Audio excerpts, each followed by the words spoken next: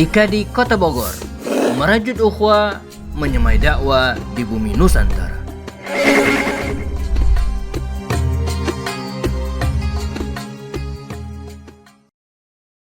Bismillahirrahmanirrahim. Assalamualaikum warahmatullahi wabarakatuh. Alhamdulillahilladzi anzala as-sakinata fi qulubil mu'minin liyazdadu imanan ma'a imanihim. Ashhadu an la ilaha illallah wahdahu la syarika lah wa ashhadu anna Muhammadan abduhu wa rasuluhu la nabiyya ba'dah. Allahumma salli wa sallim wa barik ala nabiyyina Muhammadin wa ala alihi wa sahbihi ajma'in. Subhanaka la ilma lana illa ma 'allamtana innaka antal alimul hakim. Amma ba'd.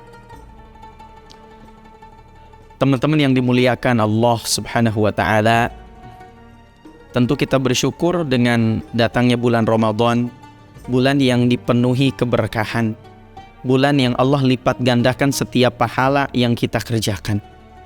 Namun banyak orang yang kemudian lupa, banyak orang yang kemudian tidak tahu prioritas apa yang hendaknya kita kerjakan di bulan Ramadan.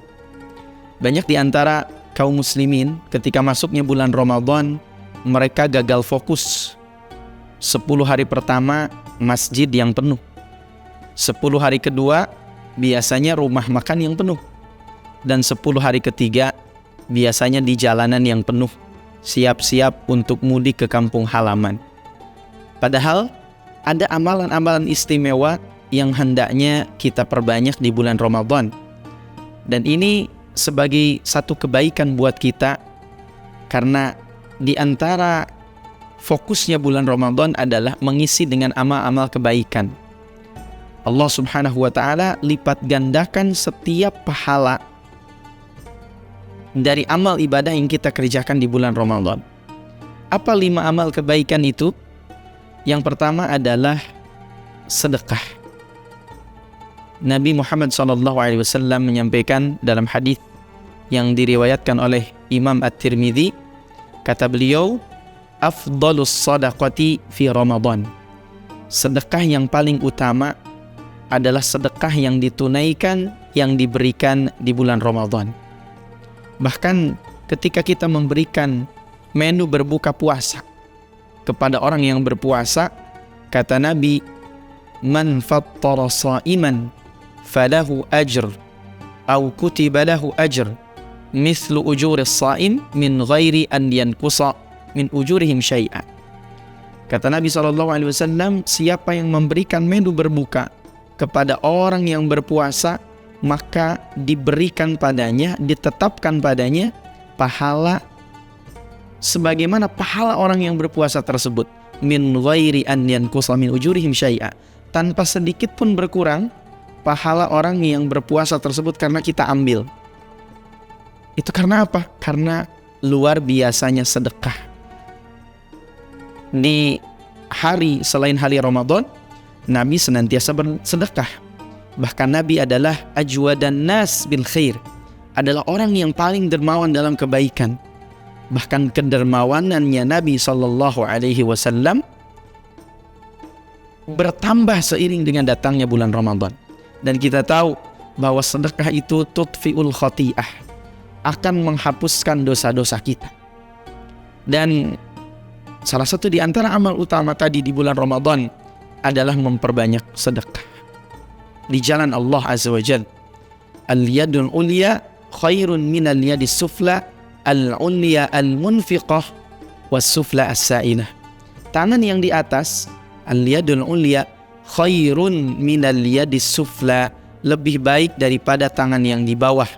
Al-ulya al-munfiqah, tangan yang di atas adalah mereka yang berinfak di jalan Allah, mereka yang bersedekah. Was-sufla as-sa'ilah, dan tangan yang di bawah adalah mereka yang menerima sedekah, menerima infak. Maka pertanyaannya, kita mau menjadi orang yang tangannya di atas, atau sebaliknya terlalu sering menjadi orang yang tangannya di bawah? Dan bulan Ramadan adalah momentum untuk kita memperbanyak sedekah di dalamnya. Amal yang kedua yang hendaknya kita perbanyak di bulan Ramadan atau menjadi amalan istimewa di bulan Ramadan, salah satunya adalah qiyamu Ramadan, qiyamul lail. Dalam salah satu hadis Nabi menyampaikan, man qama ramadhana imanan wahtisaban ghufira lahu ma taqaddama min dhanbi.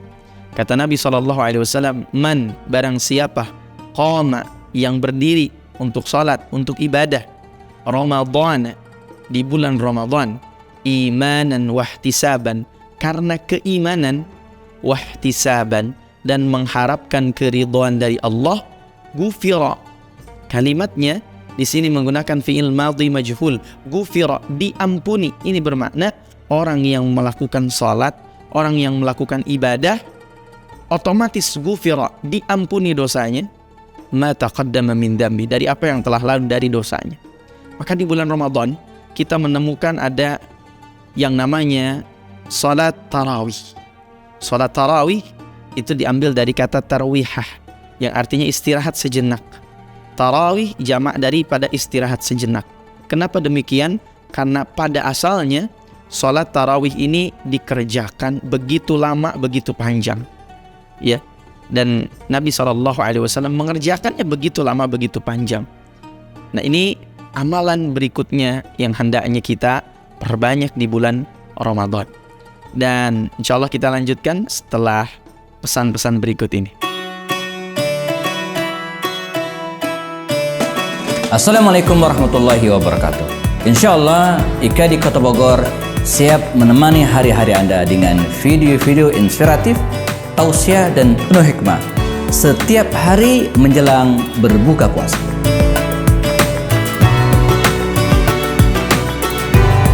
Jangan lupa BPJS, bayar pakai jempol saja. Subscribe, like dan share.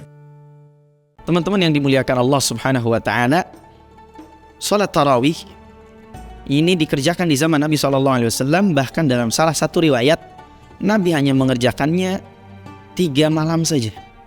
Malam 1, malam kedua, malam ketiga. Dan para sahabat mengerjakan sholat tarawih di atas tongkat-tongkat mereka. Kenapa? Begitu panjang, begitu lama. Makanya dalam salah satu riwayat, ketika Ummul Mukminin Sayyidatuna Aisyah radhiyallahu anha ditanya tentang bagaimana sholatnya Nabi, maka kata beliau, fala tas'al an husnihinna wa tulihinna.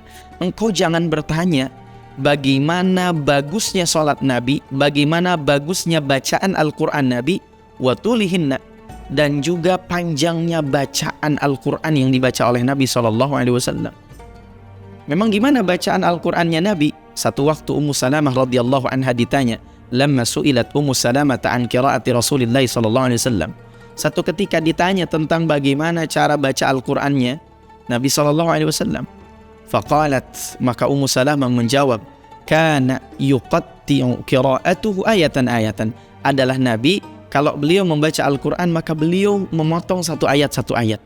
Dan kemudian Ummu Salamah mencontohkan Bismillahirrahmanirrahim, dipotong.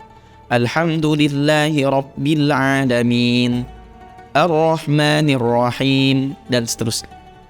Ya, wa tulihinna, dan engkau jangan bertanya bagaimana panjangnya sholat Nabi. Ya, sholat malam termasuk salah satu diantaranya tarawih.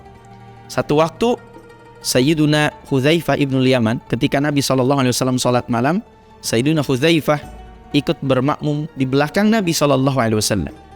Dan ternyata Nabi membaca di rakaat pertama surah Al-Baqarah sampai 100 ayat. Sampai dalam hati Hudzaifah, beliau bilang ketika sampai ayat 100, aku mengira Nabi SAW akan ruku. Tapi ternyata Nabi tidak ruku. Nabi melanjutkan bacaannya sampai akhir surat Al-Baqarah. Fansurna 'alal qaumil kafirin. Selesai akhir surah Al-Baqarah, Sayyidina Hudzaifah mengira Nabi akan ruku. Ternyata Nabi tidak ruku, tapi melanjutkan bacaannya ke surah An-Nisa. Sampai berapa ayat? Sampai akhir ayat surah An-Nisa. Setelah selesai surah An-Nisa, Hudzaifah mengira Nabi akan ruku. Ternyata beliau gak ruku. Nabi melanjutkan bacaannya ke surah Ali Imran. Berapa ayat? Sampai akhir ayat. Ya ayyuhalladzina amanu sabiru wasabiru warabitu wattaqullaha la'allakum tuflihun. Selesai Ali Imran, baru kemudian Nabi ruku, dan lamanya ruku Nabi itu sama dengan lamanya ketika beliau berdiri. Begitu panjangnya salat Nabi. Maka Ummul Mukminin Aisyah radhiyallahu anha menyampaikan, fala tas'al an husnihinna wa tulihinna. Engkau jangan nanya gimana bagusnya bacaan Nabi dan gimana panjangnya salat Nabi. Maka karena salat ini panjang, Al-Imam At-Tabrani meriwayatkan dari Ummul Mukminin juga, kana Rasulullah sallallahu alaihi wasallam yusalli 4 raka'atin thumma yatarawwah. Adalah Rasulullah sallallahu alaihi wasallam, beliau salat 4 rakaat thumma yatarawwah, kemudian istirahat. Kenapa istirahat? Karena salat yang dilakukannya panjang, sampai para sahabat mereka bersandar di atas tongkat-tongkat mereka. Begitu luar biasanya. Di hari ketiga Nabi tidak salat. Ya, di hari ketiga, keempat berikutnya Nabi tidak melaksanakan salat. Kenapa? Karena khawatir salat ini akan diwajibkan. Maka begitu luar biasanya bagaimana kita melihat salat Nabi. Dan ini di antara amalan utama di bulan Ramadan, menghidupkan malam. Salah satunya dengan salat malam. Ada pertanyaan, Ustadz, boleh tidak seandainya setelah salat tarawih saya melanjutkan dengan tahajud? Sangat boleh. Ya, yang tidak boleh adalah mengulang witir 2 kali. Ini amalan kedua yang hendaknya kita perbanyak, ya. Amalan istimewa di bulan Ramadan. Yang ketiga, amalan istimewa di bulan Ramadan adalah membaca dan mengkhatamkan Al-Quran. Kenapa demikian? Karena Al-Quran sangat terikat dengan bulan Ramadan. Bahkan Al-Quran sendiri menyampaikan, ya, Allah subhanahu wa ta'ala menyampaikan di dalam Al-Quran, Syahrul Ramadan alladzi unzila fihi Al-Quran. Bulan Ramadan adalah bulan diturunkannya Al-Quran. Allah mengaitkan Ramadan justru pertama kali dengan Al-Quran. Baru kemudian Allah kaitkan Ramadan dengan puasa. Maka begitu istimewanya bulan Ramadan. Karena bulan Ramadan disebut sebagai Syahrul Quran, bulannya Al-Quran. Bulan di mana Allah turunkan Al-Quran, dan Al-Quran akan mengangkat satu kaum, bahkan bisa menjatuhkan kaum yang lain. Nabi SAW menyampaikan, innallaha yarfa'u bihadzal kitabi aqwaman wa yadha'u bihi akharin. Sesungguhnya Allah akan mengangkat, innallaha yarfa'u, sesungguhnya Allah akan mengangkat bihadzal kitab, dengan kitab ini, dengan Al-Quran ini, aqwaman, satu kaum, wa yadha'u bihi akharin, bahkan Allah akan menjatuhkan kaum yang lain juga dengan Al-Quran. Maka Nabi SAW setiap bulan Ramadan beliau bertalaki dengan malaikat Jibril. Beliau menyetorkan hafalannya, menyetorkan bacaannya kepada malaikat Jibril, dan malaikat Jibril mengoreksi bacaan Nabi SAW. Kalau kita ya seperti belajar tahsin lah, ya. Dan Nabi SAW setiap datangnya Ramadan bertalaki dengan malaikat Jibril, dan ini kemudian diikuti oleh para sahabat. Ketika masuk bulan Ramadan, mereka banyak mengkhususkan dirinya untuk membaca dan menghatamkan Al-Quran. Diikuti juga oleh ulama-ulama setelahnya. Imam Hasan Al-Basri disebutkan beliau menghatamkan Al-Quran 30 kali dalam Ramadan. Imam Syafi'i bisa sampai 60 kali khatam dalam bulan Ramadan. Imam Malik bin Anas rahimahumullah, beliau meninggalkan kajian fikih hadis di bulan Ramadan dan fokus untuk membaca dan menghatamkan Al-Quran. Begitu luar biasanya bulan Ramadan, ya, bulan Al-Quran. Kemudian amalan berikutnya yang hendaknya kita perbanyak di bulan Ramadan, dan ini merupakan amal istimewa. Yang keempat, di 10 hari terakhir disunnahkan untuk iktikaf. Kata Ummul Mukminin Sayyidatuna Aisyah radhiyallahu anha, kana Rasulullah sallallahu alaihi wasallam ya'takifu idza dakhala al-'ashr al-awakhir min Ramadan. Adalah Rasulullah sallallahu alaihi wasallam ya'takifu. Ini menggunakan fi'il mudhari. Ya, fi'il mudhari itu sesuatu yang sedang, akan, atau yang senantiasa dikerjakan secara terus-menerus. Al-'ashr al-awakhir min Ramadan. Nabi senantiasa selalu beriktikaf di 10 hari terakhir di bulan Ramadan. Bahkan bukan hanya iktikaf, ya, idza dakhala al-'ashr al-awakhir min Ramadan. Kalau masuk 10 hari terakhir di bulan Ramadan, apa yang dilakukan oleh Nabi? Shadda mi'zarahu. Beliau kencangkan ikat pinggangnya. Wa ayqadha ahlah. Beliau bangunkan keluarganya. Wa ahya lailah. Beliau hidupkan malamnya. Begadang di malam hari dalam rangka melakukan banyak ibadah dan ketaatan kepada Allah Azza wa Jalla. Maka 10 hari terakhir di bulan Ramadan disunnahkan untuk memperbanyak iktikaf di masjid terdekat, ya. Dan yang terakhir, amalan utama di bulan Ramadan, jika kita diberikan rizki yang banyak, rizki yang cukup, waktu yang luang, fisik yang kuat, maka sunnah untuk mengerjakan umrah.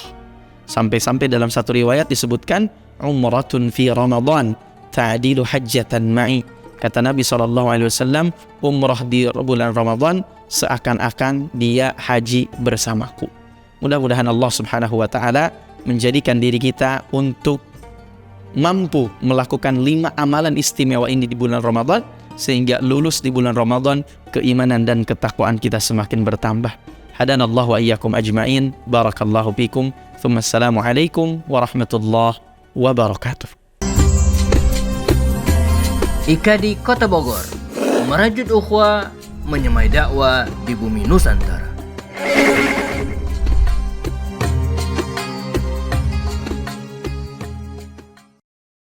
Sahabat kebaikan dimanapun berada, IKA di Kota Bogor mengajak Anda untuk menyalurkan sedekah, infak dan zakat melalui kelas Al-Bunyan. Barakallahu fikum jami'an.